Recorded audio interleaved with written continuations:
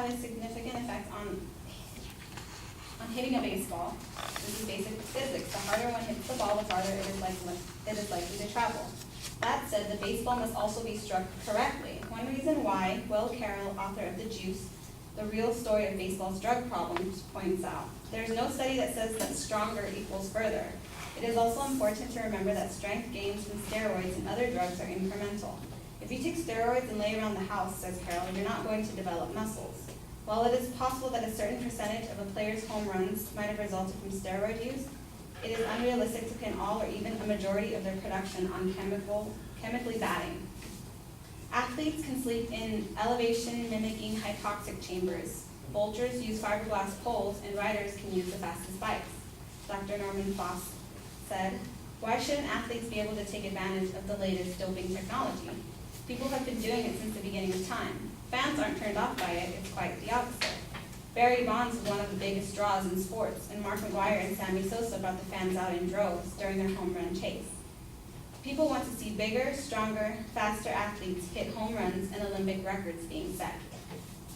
The World Anti-Doping Agency says its aim is to protect the athlete's fundamental right to participate in doping-free sport, and thus promote health, fairness, and equality for athletes worldwide.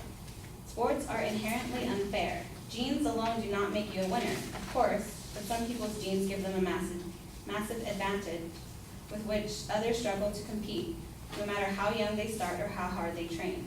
There is a way to level the playing field, allow athletes to make up for their natural disadvantages by taking performance-enhancing drugs. All athletes know that there are ways of equaling or surpassing his natural advantage. Take the hormone EPO, indulge in blood doping, injecting extra red blood cells, train at a high altitude, or sleep in a low oxygen tent. The existing policy is not working. Clearly, many top athletes still resort to drugs, and the situation is only going to get worse. Allow the use of drugs and have sports authorities focus on testing the health of athletes rather than their use of drugs. This is the suggestion of ethicist Julian Savulescu at the University of Oxford and Bennett Foddy at the University of Melbourne, Australia. They argue that any drugs that are safe should be permitted, whatever their effect on performance. Authorities would set a safe level for, say, red blood cell concentration, and anyone exceeding it would not be allowed to compete, whether their result was due to doping, altitude training, or genetics.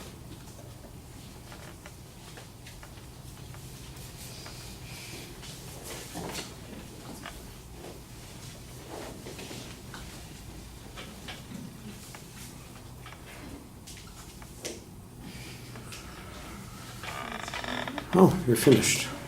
Okay.